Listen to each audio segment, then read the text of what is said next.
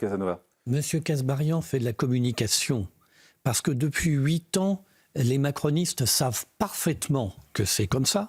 Ils savent pourquoi c'est comme ça et ils n'ont rien fait. Et maintenant, ils proposent de réduire à 30 jours, c'est-à-dire qu'au bout de 30 jours, on jette les gens à la rue, sous le périphérique, là où il y a déjà un problème de sécurité terrible avec cette présence d'étrangers en situation irrégulière, entassés, parfois sans eau, sans électricité, etc. Non, mais je trouve que vous posez la bonne question. Donc, c'est qu'est-ce qu'on en fait au bout de 30 jours? Là, c'est la bonne question, effectivement. On est en face d'un problème dont il faut regarder d'abord la source.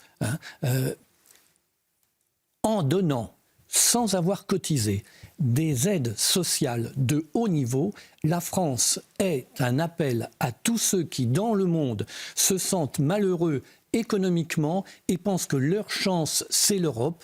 Leur chance, c'est l'Europe. Et en Europe, c'est la France parce que c'est le paradis des droits sociaux pour les non-cotisants.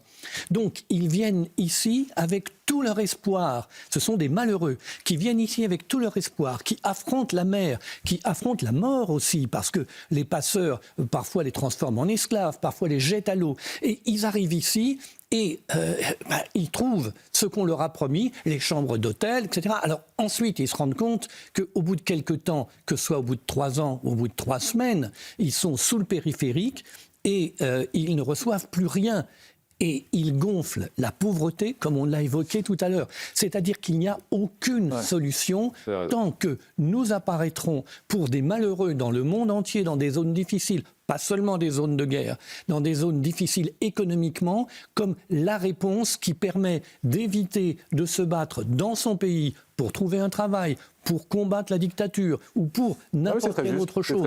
Parce que ceux qui arrivent, ils ont en moyenne 27 ans, ce sont des hommes. Si c'était la guerre, ils auraient donc laissé les femmes et les enfants derrière eux pour faire la guerre. C'est pire que ce que propose le chef d'état-major.